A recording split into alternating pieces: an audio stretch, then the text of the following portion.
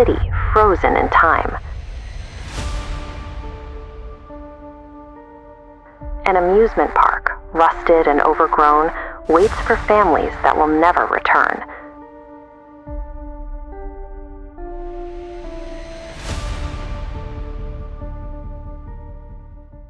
This is Pripyat, a ghost town permanently scarred by an invisible threat. But if we rewind to early 1986, Pripyat was entirely different.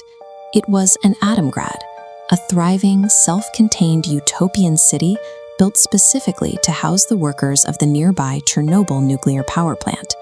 It featured modern architecture, swimming pools, and a young, optimistic population.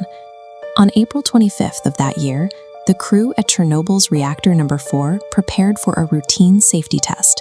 They needed to see if the reactor's turbines could keep coolant pumps running during a brief power outage. It was scheduled for the daylight hours, when the fully rested primary shift was on duty. The Soviet nuclear program was designed to project absolute technological supremacy. The culture inside these plants dictated that the reactors were practically indestructible. Operating in a system where failure was considered impossible created a dangerous blind spot, one that set the stage for a disaster of this scale. Before the test could even start, a regional electrical grid controller requested a delay to meet unexpected power demands. The reactor was held in a holding pattern for over 10 hours. By the time the grid allowed the shutdown to resume, the day shift was gone. The test was handed to the night shift, a crew with limited preparation and very little sleep. This chart shows exactly what happens when a reactor is held at reduced power for that long. It creates a chokehold inside the core. A fission byproduct called xenon-135 began to accumulate. You can see it here. The xenon particles act like a sponge, soaking up the neutrons needed to keep the nuclear reaction going. Because of this xenon poisoning, the reactor's power output plummeted to a near-total shutdown state. The reactor was generating a mere fraction of the power required for the safety test. To get the output back up, the control room personnel began manually pulling control rods out of the core, trying to kickstart the reaction and burn off the excess xenon. The operators found themselves trapped. Aborting the test meant failing to meet their production quotas, which could ruin careers in the strict Soviet hierarchy. To keep the reactor alive and push the test through, they systematically bypassed vital safety protocols, pushing the machine into a highly unstable state. To force the power back up, the operators stripped the reactor of its brakes. Out of over 200 control rods designed to absorb neutrons and slow the reaction, they removed all but a handful. At 1:23 a.m., the test officially began. They shut off the steam to the turbines. As the turbines slowed, the flow of cooling water into the reactor decreased. Water usually absorbs neutrons, so as the coolant boiled into steam, the nuclear chain reactions suddenly spiked. Realizing the reaction was out of control, an operator slammed the AZ-5 emergency shutdown button. This was supposed to drop the control rods back into the core at once. But Soviet RBMK reactors had a closely guarded design flaw. The tips of those control rods were made of graphite. When those graphite tips entered the core, they temporarily accelerated the nuclear reaction instead of stopping it. The sudden, massive heat spike warped the fuel channels, jamming the rods in place. In seconds, the cooling water flashed to steam, creating a pressure buildup so immense that it shattered the core. A pair of violent explosions completely obliterated the reactor building. The 1,000-ton steel and concrete lid was blown straight into the night sky. The operators in the control room pushed the limits of their authority, but they were driving a machine built with hidden defects. That combination of human error and state-sanctioned engineering flaws transformed a safety test into a runaway nuclear bomb. Minutes later, the first fire crews arrived on the scene. They were wearing standard canvas uniforms and helmets. No one warned them that the facility was venting highly radioactive isotopes into the atmosphere. The firefighters walked through debris, kicking chunks of rubble out of the way. Some even picked up pieces of debris because it was unusually hot. They didn't realize they were holding pieces of the reactor's exposed graphite core. This direct exposure led to acute radiation sickness.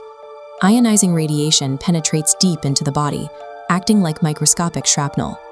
These waves strike and sever the physical strands of DNA inside human cells, stripping the body's ability to repair its tissues. Soon, the men began to experience a metallic taste in their mouths, followed by vomiting and weakness. Within weeks, 28 of these first responders died agonizing deaths in Moscow hospitals. They rushed into the fire to save their city, completely blind to the true danger. The undetectable nature of the radioactive threat turned the bravery of these men into an unavoidable death sentence. While the core burned, the citizens of Pripyat woke up to a normal Saturday. For 36 hours, they went to schools, played in parks, and breathed in highly radioactive dust. The local authorities set up roadblocks, but kept the residents entirely in the dark. In Moscow, the Soviet leadership refused to acknowledge the magnitude of the disaster, admitting that an advanced Soviet reactor had exploded, which shattered the illusion of technological superiority. So they prioritized projecting control over issuing an immediate evacuation. But the radioactive cloud didn't respect national borders. On Monday morning, over 1,000 kilometers away, air monitors at a nuclear power plant in Sweden detected severe radiation spikes. By tracking the wind, the source was undeniable. Forced by international pressure, the Soviet Union finally admitted to the accident 2 days late. Their initial attempt to protect their geopolitical image destroyed global trust and condemned thousands of their own citizens to prolonged, unnecessary exposure. As the true scale of the destruction became clear, the government evacuated over 100,000 people and carved out a massive, permanent exclusion zone around the plant. But the exposed core was still burning. The immediate surrounding area was covered in highly radioactive graphite. They tried using remote-controlled robots to clear the roof of Reactor 4, but the extreme radiation fried the machine's circuitry. So they sent in thousands of humans, the liquidators, who had to manually shovel the debris. Wearing crude aprons made of thin lead sheets, these men were allowed on the roof for no more than 45 to 90 seconds at a time. Staying even a minute longer meant absorbing a lethal, lifetime dose of radiation. Once the debris was cleared, workers and engineers rushed to build a massive steel and concrete structure over the ruins. Known as the sarcophagus, it was a desperate, rapidly constructed shield designed to entomb the smoldering reactor core. Hundreds of thousands of liquidators were drafted into this cleanup effort. Throwing wave after wave of human lives at the problem was the only mechanism the Soviet state had left to stop the fallout from poisoning the rest of the European continent. The biological legacy of that fallout continued for decades. Because dairy cows ingested radioactive iodine that settled on the grass, thousands of children across the region developed severe thyroid cancer in the years that followed. Today, the exclusion zone presents a strange contrast. In the total absence of human activity, the area has paradoxically become a flourishing haven for bears, wolves, and wild horses, reclaiming the land around the new safe confinement structure. But that ecological recovery is only surface deep. The central epicenter beneath the old reactor holds melted nuclear fuel that will remain lethally radioactive to humans for tens of thousands of years.